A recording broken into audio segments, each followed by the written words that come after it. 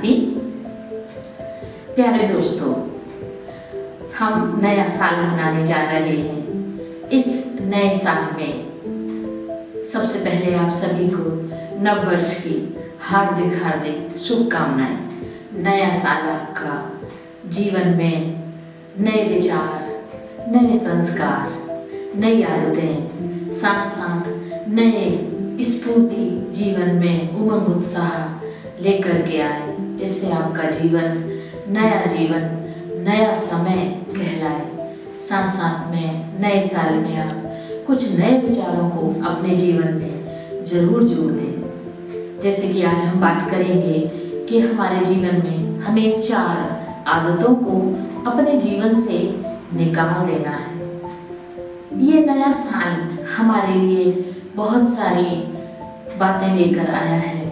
किस तरह से हमें जीवन में किसी की भी हमने पुरानी बातों को पकड़ कर रखा हुआ है, अपनी पुरानी कमजोरियों को हमने बांध के रखा हुआ है, पुरानी मर्यादाओं को हमने इन चीज़ों को इस तरह से जो कुरीतियाँ हैं उनको संभाल के रखा हुआ है। तो हम जीवन में नए विचारों के साथ इस नए साल का स्वागत करें। तो आइए हम बात करते हैं कि हमें कौन सी वो 4 विचार हैं, कौन सी वो 4 आदतें हैं जो हमें इस नए साल में पीछे वाले संस्कारों को, पीछे वाले साल में इसको छोड़ते हुए हमें नए कदम आगे रखना है, नए साल का स्वागत करना है। आइए हम बात करते हैं उन 4 विचारों को छोड़ने की। तो सबसे पहला है नो कंपैरिजन। हमें किसी से भी अपनी तुलना नहीं करनी चाहिए, क्योंकि देखिए, अगर एक परिवार में 4 बच्चे होते हैं और अगर वो चारों बच्चे एक समान नहीं हैं, उनका व्यवहार भी एक सा नहीं है, उनके संस्कार भी एक से नहीं हैं, उनकी आदतें एक सी नहीं हैं। हमारे परिवारों में चारों बच्चे हमारे ही परिवार के हैं, एक ही माँ के गर्भ से जन्म लिए हैं, लेकिन फिर भी वो समान नहीं है।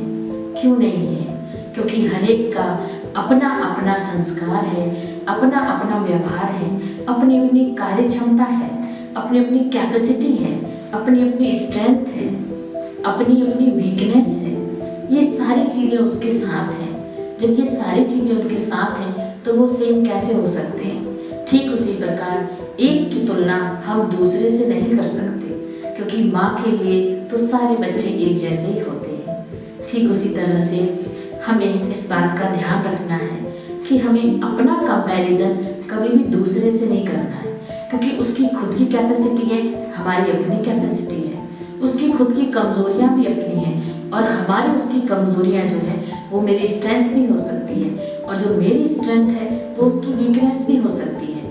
तो सबसे पहले हमें किसी से भी अपना कंपैरिजन नहीं करना है, क्योंकि हर एक का अपना अपना संस्कार है और साथ साथ में अपने अपने हिसाब किताब भी हैं, जो कहीं ना कहीं हमारे साथ चलते हैं, कहीं ना कहीं हमारे कर्म फिलॉसफी के साथ चलते हैं। जैसे कि न्यूटन्स लॉ है, every action has a equal and opposite reaction. तो कोई भी हम कर्म करते हैं तो उसके साथ अपना एक इक्वल रिएक्शन भी हमको मिलता है।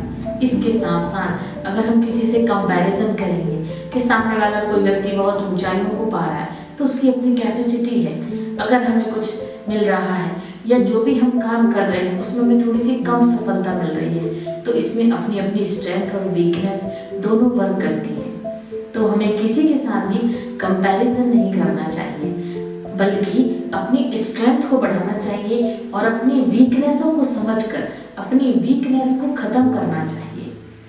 इसके साथ साथ दूसरा जो कंपटीशन अच्छी बात होती है, कंपटीशन होना भी अच्छी बात होती है, लेकिन कभी कभी ये जो कंपटीशन है हमें कहीं ना कहीं परेशान कर देता है, हमारे विचारों को दूर कर देता है, हमारे अपने ही जो स्ट्रेंथ होती है, हमारे अपने जो लोग होते हैं वो इससे कभी कभी दूर हो जाते हैं। यह प्रतियोगिता का दौर है, लेकिन आजकल कहा जाता है गला काट प्रतियोगिता चल रही है, लेकिन अब गला काट नहीं चल रही है, मार काट प्रतियोगिता चल रही है।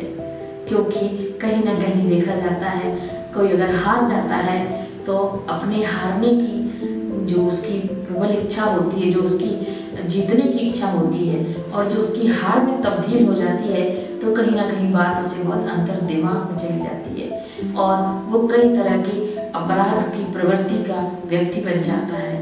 वो हर हाल में जीतना चाहता है, हार उसे कबूल नहीं होती है और कहीं ना कहीं उसके जीतने की प्रबल इच्छा जो है वो सामने वाले को नुकसान कर देती है। कंपटीशन होना चाहिए, लेकिन एक हेल्दी कंपटीशन होना चाहिए। लेकिन आजकल हम देख रहे हैं कुछ लोग जो है खेल की भावना से तो नहीं खेलते। खेल तो सभी खेलेंगे, लेकिन जीतता तो कोई एक ही है, सारी टीम्स तो नहीं जीतती है। लेकिन कभी कभी क्या होता है कि हम अपनी हार को बर्दाश्त नहीं कर पाते हैं, देख नहीं पाते हैं, समझ नहीं पाते हैं, क्या कमियां रह गई हैं उसमें, हम उसको भी नहीं देख पाते हैं। इस वजह से जो है हमें कंपटीशन में कहीं ना कहीं गिरावट आ जाती है। इसी बात को हम देखते हुए कि हमें कंपटीशन तो करें, लेकिन एक हेल्दी कंपटीशन करें, ना कि अनहेल्दी एनवायरनमेंट को क्रिएट करें। साथ साथ दोस्तों, हम देखते हैं कि किस तरह से जो है कंपटीशन होता हमारे जीवन में है, लेकिन कभी ना कभी वो हमारे जीवन को बर्बाद कर देता है। नेगेटिविटी मेरे वातावरण में फैल जाती है, नेगेटिविटी मुझे आसपास घेर लेती है। ऐसा कंपटीशन हम बिल्कुल ना करें और अपने जीवन को सुखद बनाने के लिए, जीतते ना बनाने के लिए, अपने जीवन को सफल बनाने के लिए कंपटीशन तो करें। लेकिन अगर हमें कुछ हार मिली है, कुछ असफलता मिली है, तो क्या कारण है उसका सबसे पहले वो कारण का निवारण करें। सबसे पहले उस कारण को ढूंढ के निकालें कि क्या कमी थी जो रह गया। इसके साथ साथ कभी कभी क्या होता है कि लोग अपनी जीत में, अपनी सफलता में अक्सर क्या करते हैं, क्रिटिसाइज कर जाते हैं, क्रिटिसाइज कर देते हैं लोगों को। अपनी ईगो को सेटिस्फाई करने के लिए लोग दूसरे को क्रिटिसाइज कर देते हैं और इस बात को नहीं समझते हैं कि अगर हमने दुख दिया है तो बदले में हमें दुख ही मिलेगा, उसको सुख नहीं मिल सकता। कभी भी किसी भी तरह से, जिस तरीके से उन्होंने दुख दिया है उसी तरीके से ही दुख हमें वापस मिलेगा। तो क्रिटिसाइज करना, अपनी ईगो को सेटिस्फाई करना है, हमें ये काम नहीं करना है।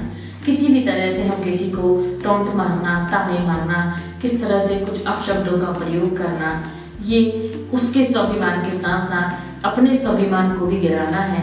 अपने अभिमान को सेटिस्फाई करने के लिए हम ऐसा करते हैं, तो हम आगे से किसी को भी क्रिटिसाइज नहीं करें। इसके साथ साथ अगली चौथी जो विचार है हमारा, वो है हमारा नो कंप्लेंट। अधिकतर क्या होता है कि हम अपनी गलती को ना मानते हुए सामने वाले के ऊपर कंप्लेंट करते हैं कि इनकी वजह से ऐसा हुआ। जैसे हम कहते हैं ना, ये जो 3 फिंगर्स हैं, ये 3 फिंगर्स, ये सबसे पहले हमारी तरफ है कि मैंने उस समय क्या किया था जो इस तरह से ये काम हुआ। तो कहीं ना कहीं हमें ये लगता है जीवन में कि हम किस तरह से एक दूसरे को जो है क्रिटिसाइज कर रहे हैं, कंप्लेंट कर रहे हैं और अपने आप को सेटिस्फाई कर रहे हैं, अपने आप को साफ सिद्ध कर रहे हैं, अपने आप को राइट सिद्ध कर रहे हैं। कहीं ना कहीं अपनी बात को राइट प्रूफ करने के लिए हम क्रिटिसाइज भी करते हैं और कंप्लेंट भी करते हैं। लेकिन क्योंकि जो हो रहा है, जो भी हो रहा है, वो किसकी वजह से हो रहा है, वो मेरी वजह से हो रहा है।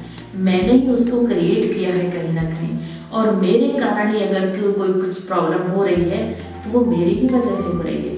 इसको ना जानते हुए हम दूसरों के ऊपर उंगली उठा देते हैं, कंप्लेंट भी करते हैं और क्रिटिसाइज भी करते हैं। तो दोस्तों, हम इस नए साल में, नए जीवन में और नए इस युग में, नए समय में इन 4 बातों को अपने जीवन से उखाड़ फेंकेंगे। ना तो हमें कंपैरिजन करना है, ना क्रिटिसाइज करना है, ना कंपटीशन करना है और ना ही किसी से कंप्लेंट करना है, क्योंकि कहीं ना कहीं कंप्लेंट करने का कारण मैं खुद भी हूँ। इसीलिए आइए इस नए जीवन को, हम नए साल को सुखद बनाएं, सफल बनाएं और साथ साथ में सार्थक भी बनाएं। तो इन 4 चीज़ों को, 4 बातों को अपने जीवन से उखाड़ फेंकें। अगर आपको मेरी बात अच्छी लगी हुई हो तो कमेंट्स बॉक्स में ज़रूर कमेंट्स करें। अच्छा, ओम शांति।